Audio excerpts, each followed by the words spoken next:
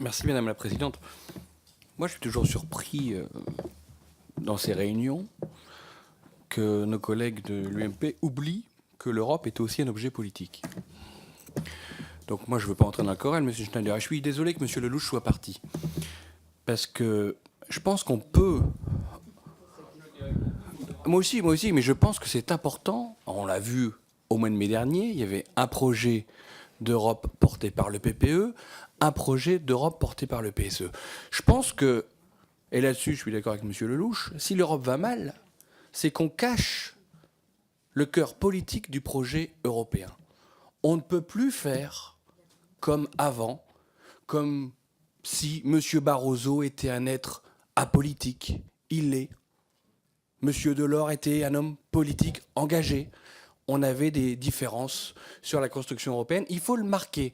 Je pense sincèrement, et c'était le sentiment de ma question, bon, on a parlé beaucoup d'énergie, beaucoup de plans de relance.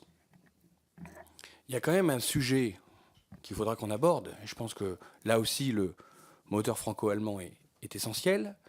C'est la relance de l'idéal européen. On ne peut pas vendre l'Europe à ma génération simplement par un plan de relance de 300 milliards. On ne peut pas vendre l'Europe simplement par une garantie jeunesse. On ne peut pas vendre l'Europe avec des conclusions qui sont quasiment imbitables sur le sommet européen relatif au climat. Il faut qu'on y songe, mes amis. Nous sommes politiques, quelles que soient nos étiquettes. Et il faudra qu'on assume ça. Moi, je me reconnais entièrement dans les mots de Jean-Claude Juncker disant c'est peut-être la Commission la dernière chance.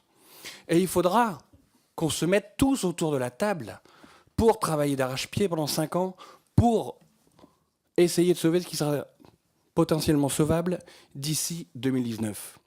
Et moi, je voudrais aussi que dans les discussions européennes, nous ayons ce sentiment. Vous avez vu ce qui se passe, monsieur le ministre Roth, quand vous allez à Bruxelles.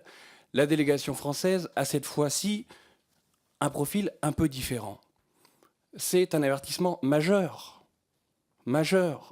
pour un pays fondateur de l'Union européenne. C'est aujourd'hui en France, c'est demain dans certainement d'autres pays, c'est aujourd'hui dans quelques-uns de vos parlements régionaux, avec une montée de mouvements certes pas xénophobes, mais en tout cas anti-européens. Donc il faut qu'on fasse attention à ça. De manière commune, comment relancer l'idéal européen?